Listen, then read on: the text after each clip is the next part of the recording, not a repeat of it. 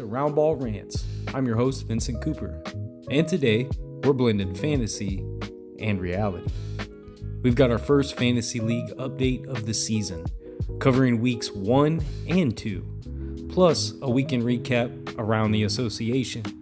And then we'll close with one of the most talked about stories of the weekend, Ja Morant's public comments about his coaching staff. So grab your headphones, pull up the Sleeper app if you're in the league, and let's get into it. Just 2 weeks into the Round Ball Rants Fantasy Basketball League, and things are already wild. Week 1 started off with fireworks. Team Curry, 30 money, came out swinging, dropping 310 points, the highest single week score so far. Luka Doncic went off for a full Luka mode with 60 fantasy points against Golden State, and Austin Reeves shocked the world with a 90-point outing in Sacramento. That's not a typo. I did not mispronounce that. No, 90. Right behind them, Team Pebron stayed cool and consistent, hanging 285 in their opener and outlasting B Clem 23, who put up 268 in a heartbreaking loss. That's the kind of matchup that makes you question the meaning of life, or at least your bench decisions. Meanwhile, Buckets, Boards, and Dick, my squad, came up short in week 1, falling 285 to 256 to Team 7. But we left with a moral victory, the most efficient manager award at 94% of our potential points. That's a coach's dream stat. At the bottom of the pack, Team 9 only managed 156, while Lamb 978 wrapped out the week at 177, both off to slow starts, but hey, it's a long season. Then came week 2, and the power shifted fast. The defending top dog, Curry 30 money, took their first L, and yeah, it was us that handed it to him. Buckets, Boards, and Dick 254, Curry 30 money, 186. That's the kind of win that makes a statement, the kind that says, don't sleep on us. Pebron kept the steady dominance going, taking down the Twins 275 to 196, staying unbeaten at 2-0. They're looking like the early season favorite right now. Team 3 improved to 2-0 as well, beating Loose Moose 7763, 228 to 179, with a lineup that just quietly gets it done every week.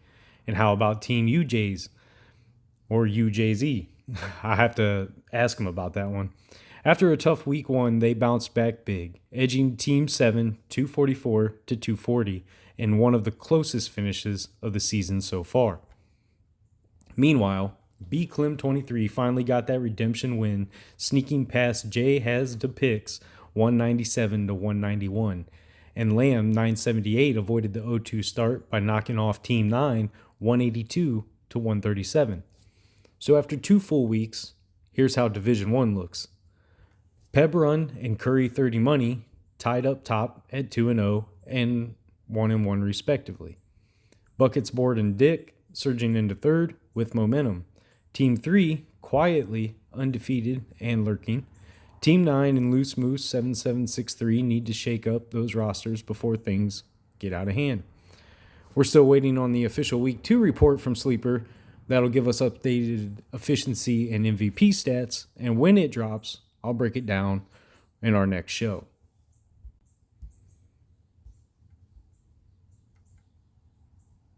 So that's your fantasy picture through 2 weeks. Chaotic, competitive, and honestly, a ton of fun. The trash talk is heating up, the waiver wire's getting busy, and I can already tell this league's going to come down to the final week. All right, fantasy talk aside, let's step back onto the real hardwood. It was a wild weekend in the association, and we had some big stories brewing from coast to coast. Let's get into it. All right, let's shift gears from fantasy stats to the real hardwood. Because this weekend wasn't just about big games, it was about something brand new taking shape in the league. The NBA Cup officially tipped off, and the energy around it was real. Now I know what some people are thinking. Isn't this just another midseason gimmick? But when you actually watch how the players approached it this weekend, no. This thing matters. It feels different. The tournament format kicked off on Friday night, October 31st, and it's a full-blown group stage competition. Each of the 30 NBA teams are split into groups of 5, meaning they'll each play 4 cup games, 2 at home, 2 on the road. But here's the twist. Those games count twice. They affect both the regular season standings and the NBA Cup standings. So every single game now has an extra layer of pressure built into it. The design works beautifully. It forces urgency early in the year. You could feel that sense of importance right away in Los Angeles, where the Clippers and Pelicans kicked things off with a thriller. The Clippers walked away with a 126-124 win, and it ended on a cold-blooded jumper from Kawhi Leonard. 2 defenders in his face, no time on the clock, pure composure. Kawhi for the win! Touchdown! Clippers win! 34 points for Kawhi and the game-winning shot. That's the kind of finish that makes this cup instantly feel legit. Afterward, Kawhi admitted the vibe felt different. Said he could feel the intensity from both benches, that everyone knew this game counted more than just another November matchup. And that's exactly what the NBA wanted, to inject that playoff heartbeat into the early season. And then there's the format itself. This is where things get interesting. These group games build up to knockout rounds later in the year, which means you've got stars and coaches managing minutes with extra care. You're going to see teams fight for point differential too, because that's the tiebreaker to advance. So don't be surprised if you see a team up 15 with a minute to go still running fast breaks. Every bucket matters. We also got some wild reactions to how the groups were drawn. The Warriors, for example, landed in what everyone's already calling the group of death. You've got Golden State, Phoenix, Dallas, Sacramento, and Minnesota all lumped together. 5 teams who all believe they're playoff caliber. Every one of those games will be a dogfight, and only one can win the group. And man, the visuals this weekend were next level. If you didn't see the courts yet, check them out. Every team rolled out a custom floor designed just for the cup. Philly's court, in particular, looked incredible. A deep royal blue with bold cup graphics stretching across the hardwood. It's got that European soccer tournament vibe. You can tell the league wanted these games to pop, even visually. Now, if we zoom out beyond the cup, this weekend still had its share of statement performances in the regular schedule. The San Antonio Spurs kept their dream start alive, beating the Miami Heat 107-101 for their first ever 5-0 start in franchise history. That's not a typo. The Spurs, who were supposed to be a year or two away, are suddenly looking scary organized. And you know why?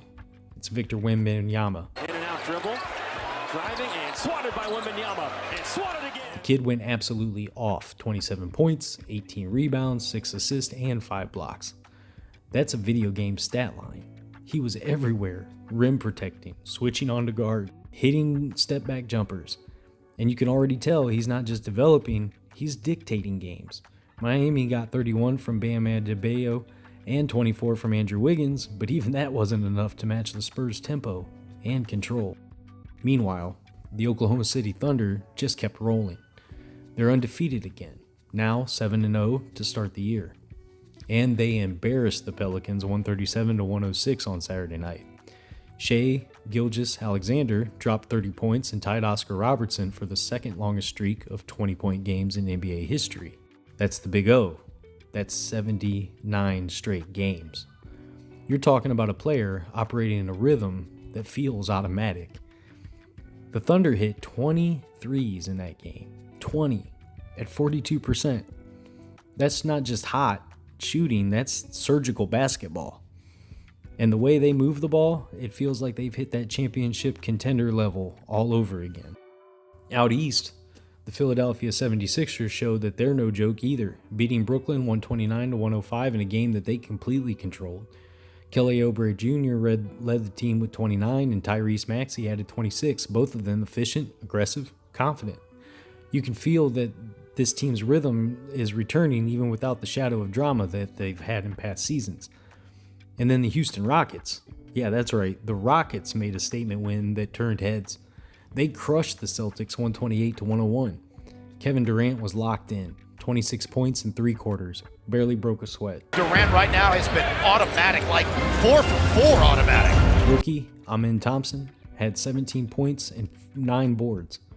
You could sense the blend of leadership and youth finally clicking. They started the year 0-2, but if this version of Houston sticks, they're going to ruin a lot of nights for good teams. And I've got to give a quick shout out to the Indiana Pacers, who quietly pulled off a great win over the Golden State Warriors, 114-109. Pascal Siakam looked like an all-star version of himself again with 27 points. Aaron Nesmith added 31, and rookie Quentin Jackson came out of nowhere with 25. And they'll reset. Jackson! 12 of those coming in the fourth quarter. That's the kind of performance that changes the way a locker room feels about itself. Now, here's why all of this matters. Because between the Cup and the regular season, the league just found a way to make early November basketball feel like May basketball. Every game feels heavier, the intensity is higher, and the storylines are starting to stack. If you're playing fantasy, you got to keep an eye on the Cup nights. Coaches are going to ride their stars harder. Starters might see an extra 3 or 4 minutes, and that can be the difference between winning or losing your week. If you're a fan, this is what you've wanted. Early energy, meaningful games, and real emotion. And if you're a podcaster like myself, this is gold, because it gives us stories that matter well before Christmas. So yeah, this weekend wasn't just about a few buzzer beaters and stat lines. It was about the beginning of something new. The NBA Cup is here. The stakes are higher, the energy is real, and the performances are already matching the hype. Now we're going to take a quick break, but when we come back, we'll shift from competition to controversy. Because while some stars were raising trophies, one superstar in Memphis was busy raising eyebrows. That's right, Ja Morant made headlines for all the wrong reasons. And we're breaking it down next, right here on Round Ball Rants.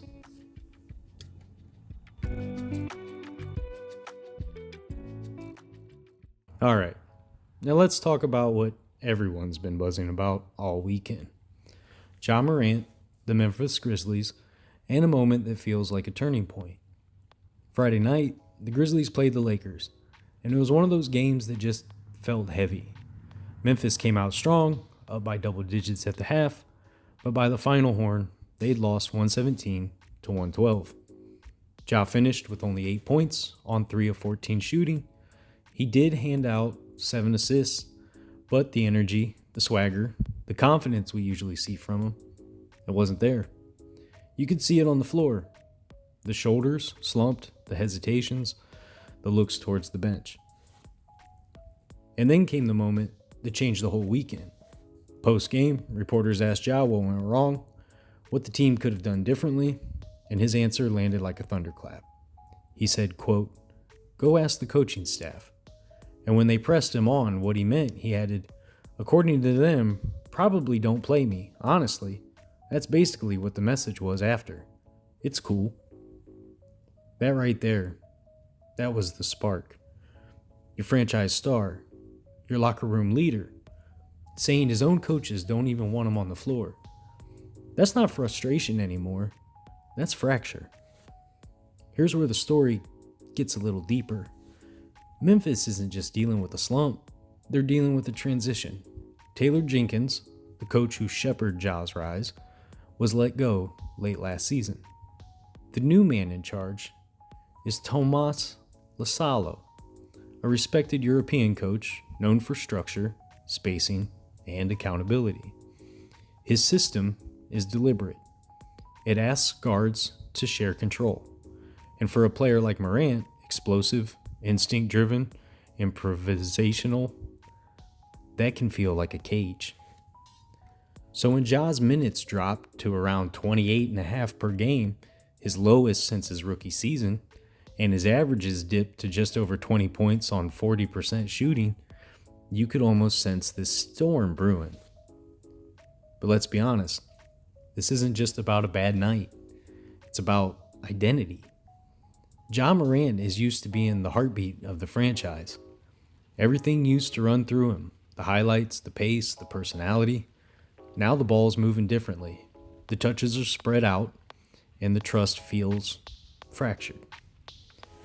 And what makes this all more combustible is timing. Memphis is sitting right around 500. They're not winning big, they're not tanking, they're just there. That's dangerous territory for a team built around a superstar, especially in the West. Now, multiple outlets, ESPN, CBS, Fox Sports, reported that in the locker room after that loss, there was a heated exchange. Lasalo, trying to reset the tone, reportedly challenged Ja on effort and leadership. And Ja fired back, bluntly questioning how he was being used, saying if the staff didn't trust him, they should just sit him.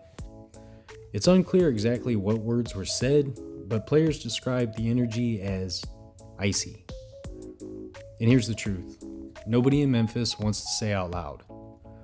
When your best player and your new head coach are on opposite pages 6 games into the season, that's not just a bump. That's a warning sign. This is the 3rd chapter in what's already been a turbulent few years for Ja Morant. Think about it. 2022, he's the most improved player. Face of the future, electric, marketable, must-see television.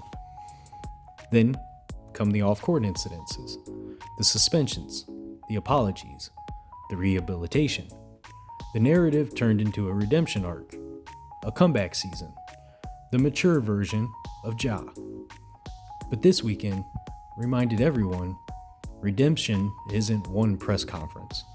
It's consistent behavior. And leadership's not when things are fun, it's when you're struggling, when the lights are hot, when you've shot 3 for 14 and the microphones are in your face. Leaders take ownership. They say things like, I have to be better. They say things like, we'll figure this out. They don't say things like, ask the coaching staff. Now, it's easy to pile on Ja Morant. It's easy to say, hey, here he goes again. But I actually think this is a crossroads moment, not just for him, but for the entire Grizzlies culture. Because it forces everyone to ask, who are the Memphis Grizzlies without cohesion? For years, their identity was toughness, energy, swagger, grind, city. But that swagger only works when it's backed by unity. When it fractures, it looks like ego. So what happens now? Well, if you're Coach Lasalo, your job just got a lot harder. You can't bench your star, that would implode the locker room. You can't fine him, that just adds fuel. But what you can do is sit down behind closed doors and rebuild trust, face to face. That's what strong organizations do. They don't litigate through the media, they hash it out in private. If you're Ja Morant, the message has to shift.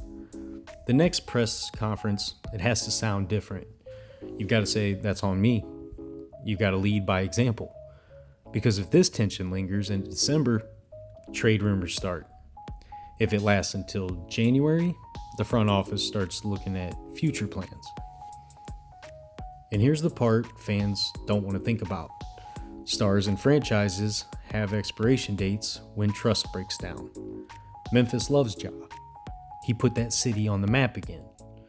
But love can turn quick in this league. If he keeps clashing with coaches, if the team keeps hovering at 500, it's only a matter of time before whispers become headlines.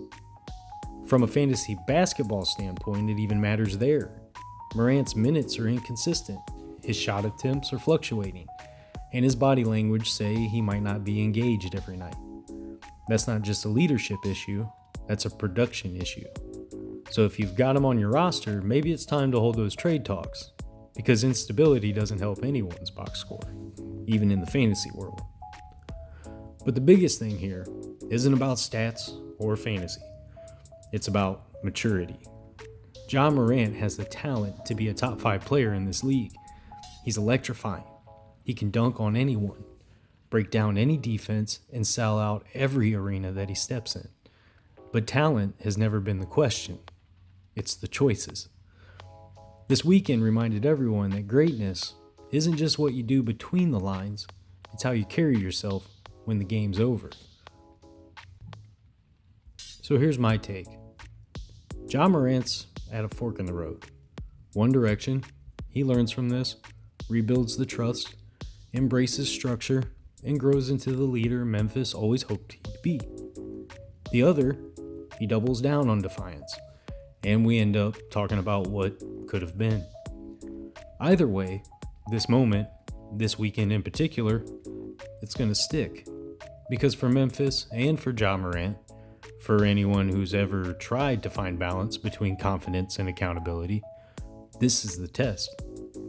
And right now, all eyes are watching to see how he responds. That's the story. That's the reality.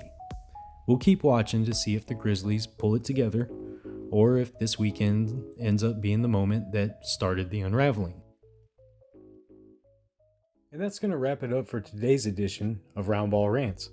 We covered a lot of ground on this one, from the fantasy front lines to the bright lights of the NBA Cup, and of course the storm cloud hanging over Memphis. We started the show inside our own world, the Round Ball Rants Fantasy League. 2 weeks in and already pure chaos. Big wins, crushing losses, and a reminder that it's a long season, both in fantasy and in life. Then we hit the weekend that mattered, the first official games of the NBA Cup. The Spurs making history at 5-0, the Thunder still perfect behind SGA's brilliance, the Rockets making noise, and the Pacers stealing one from the Warriors. November basketball isn't supposed to feel like May, but this year, it does. And finally, we face the real-world turbulence. Ja Morant versus the Grizzlies coaching staff. A story that's still unfolding and could define not just his season, but his legacy as well. Tomorrow, we zoom out. It's our week in review episode, a full recap from October 28th through November 4th. We'll break down the biggest matchups, early standings, surprise injuries, and trends that actually mean something moving forward. If you want to understand the rhythm of this young NBA season, tomorrow's show is the one you don't want to miss. Don't forget, you can catch Round Ball Rants on YouTube. Hit that subscribe button, drop a like, and join the conversation. And if you got thoughts, predictions, or if you just want to tell me how bad your fantasy luck's been, call the Round Ball Rants hotline at 216-452-8813. Your message might make it into a future episode. Until next time, this is Vincent Cooper reminding you, it's not just basketball, it's therapy with a bounce.